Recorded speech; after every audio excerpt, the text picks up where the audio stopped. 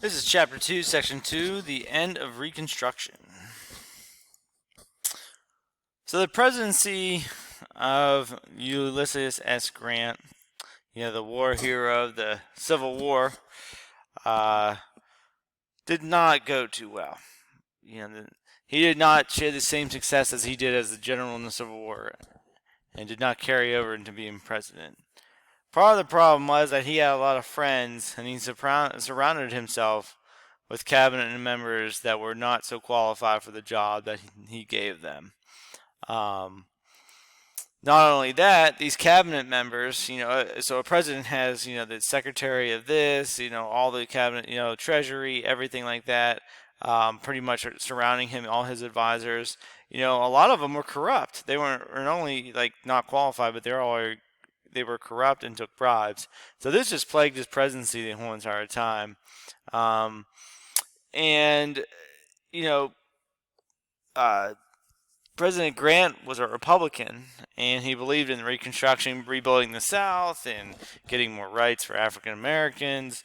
But as more time went on from the Civil War, people began to forget about Reconstruction policies and were favoring other interests. The Southern states during this time, by 1876, the end of Grant's presidency, most of the federal troops were out of the southern states.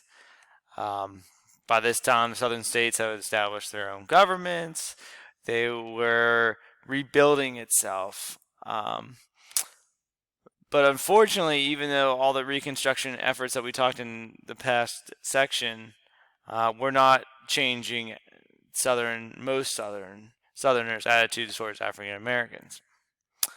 They were still pretty racist, and without the United States military, the federal troops being there to force states to follow these new laws, the South was going back to these old traditions of abusing the rights of African Americans.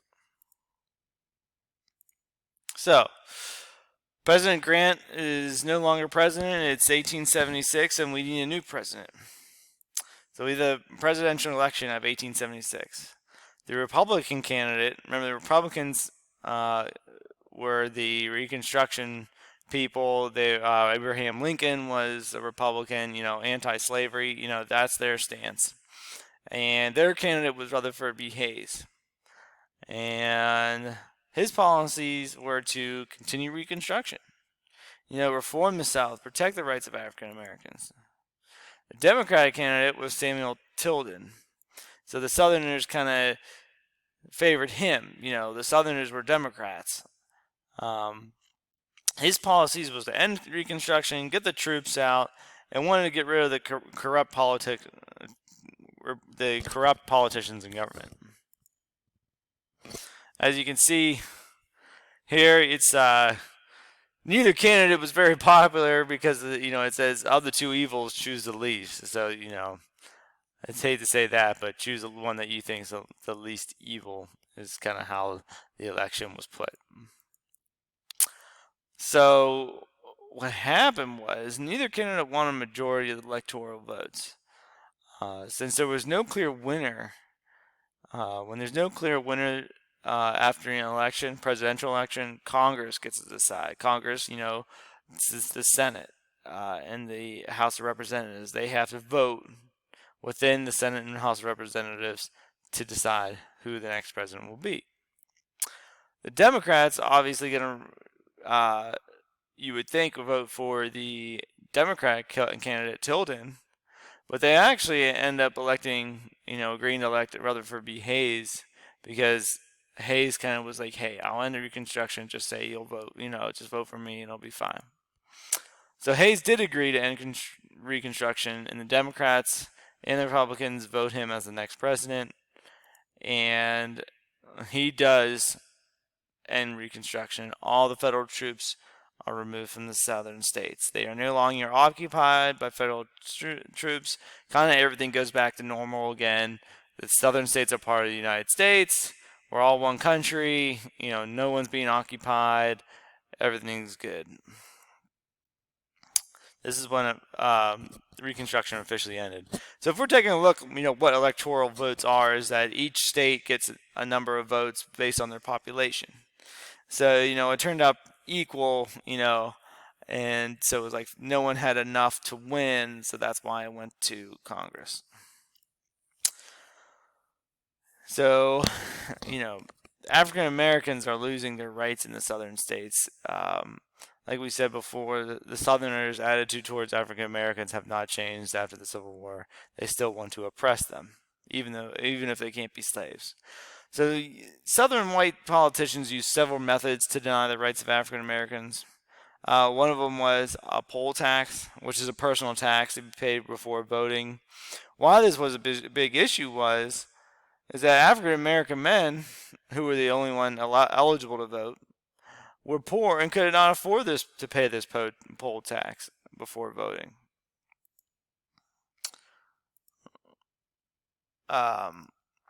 Another law that prevented many African Americans from voting was literacy tests. A literacy test is a test that determines one's ability to read and write.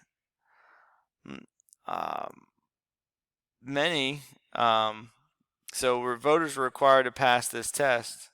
Actually, it was to read a section of the U.S. Constitution. If they were able to do that, that means that, hey, you're good enough to vote. Kind of a ridiculous law, but it was able to be passed in southern states. So many African Americans could not read, and they could not pass this literacy test that would allow them to vote. But wait a second. Most white men couldn't read either. But with Southern policies, they figured out a way to still allow white men to read, white men to vote, even though they couldn't read, but disallow black men to vote, even though they couldn't read. So it's because of the grandfather clause. And that allowed a voter to avoid the literacy test if his father or grandfather was eligible to vote. It's like, whew, all right, I can't read, I'm a white man, but my father did, so it's okay, I don't have to take that test. The problem, this is why it's a big deal, is because African Americans, just 10 years ago, they were all slaves in the South. So, no, their father didn't vote, they were a slave. So it was one of those things that, like, oh, okay, you kind of got us, you got us there, geez, they found that loophole. So, white men could vote because their fathers were able to vote. Black men couldn't vote because, even though they couldn't read, because their fathers were slaves and they didn't vote. So it's kind of messed up. All right, and so now we're getting to the segregated South, this separation of races in the South. So Jim Crow, who it's not a real person, okay? It was a stereotypical theater character of a black slave in the South that kind of acted dumb and very stereotypical, would sing and dance, and really it was an insulting way to portray an African American. It was usually played, almost always played, by a white man in blackface. I mean, they painted their face, and it was kind of a funny thing. Yeah. So segregation is the forced separation of races. As you can see here, we only wash white people's clothes. This theater's for colored people. So everything was being separated. And so what Jim Crow laws are, and it was just named after this character, is that laws that barred any kind of mixing of races in almost every aspect of life in the South. They just figured, let's just separate everything. We don't want, black people or people of color to be mixing with white people. They still have that old racism in the South at this time from before the Civil War.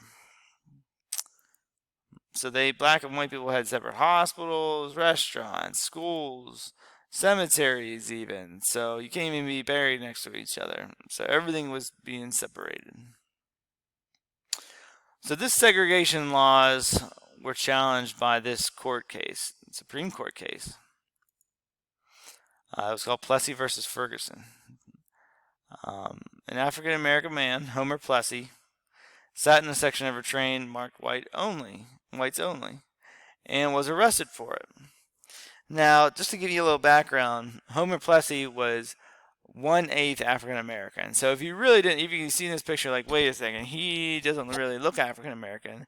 He was only 1/8 African American. He was kind of like this guy that was he did this on purpose. He wanted to prove a point that it's not fair what's happening in the South. Segregation isn't fair. He wanted to take this. His whole plan was to take this as a Supreme Court. So, he sits intentionally in the white only section. It was no big deal until he was like, "Hey, I'm an African American," and they're like, "Okay," and then it starts. So Plessy challenged that segregation of races goes against the U.S. Constitution. So he brought his case up to the Supreme Court. So the Supreme Court actually ruled in favor of Louisiana's right to separate races. Laws that segregated races are okay, according to the Supreme Court. It does not go against the U.S. Supreme Court, U.S. Constitution and its laws, because as long as it's separate but equal. You can separate races as long as each race has an equal opportunity and equal amenities and facilities. But in reality, facilities for African Americans were rarely equal, but Southern policies never enforced the equality of these facilities. So they were supposed to make sure that schools of black kids and white kids were the same, but they didn't. This separate but equal ruling lasted until the 1950s. It was an issue. This court case was huge because it just set that precedent of separate but equal, and the southern states just ran with it. They just decided, like, hey, it's okay to do this, and they just started separating everything, and it lasted a long time. So this is a good representation, separate but equal in quotations. All right, so this is like the nice white people water fountain. Black, technically there's still water fountains, but like that one's a lot nicer. And even just looking at the schools, this is has windows and everything. Looks like a nice building. And this looks like a one-room schoolhouse. So it wasn't it's separate for sure, but it wasn't equal. So there was also this cycle of poverty in the South. After the Civil War, many people, white and freed slaves, had to become laborers. All right, the South was really poor after the Civil War. Farms were burned down. It was a bad time, bad economy. So they became a sharecropper, which is a laborer who works the land for the farmer who owns it in exchange for a share of the value of the crop. So they usually, work on the land, they live on the land, so they have to pay this person, to use the tools, to live there, amenities, whatnot. These landowners could keep these workers in this cycle of debt because they charged them for living there and everything like that. And a lot of times, their charge of living there and using the tools, renting the tools, costed more than the profit they would receive from the crops from the land. So if they would make, let's say, $1,000 off of the land, their bill for living there and everything and using the tools could be $1,200. So they just had to stay there. They could never get up underneath these wealthy landowners. So it was just a cycle of poverty. So really, by the 1880s, we're about 15 years removed from the Civil War. The South experienced finally industrial growth. There was cotton textile mills were built. Foresting became a big lumber. Foresting lumber became very profitable, and iron and steel mills were built. The South was finally recovering economically from the Civil War, but the fight for civil rights was just beginning. That concludes Chapter 2, Section 2.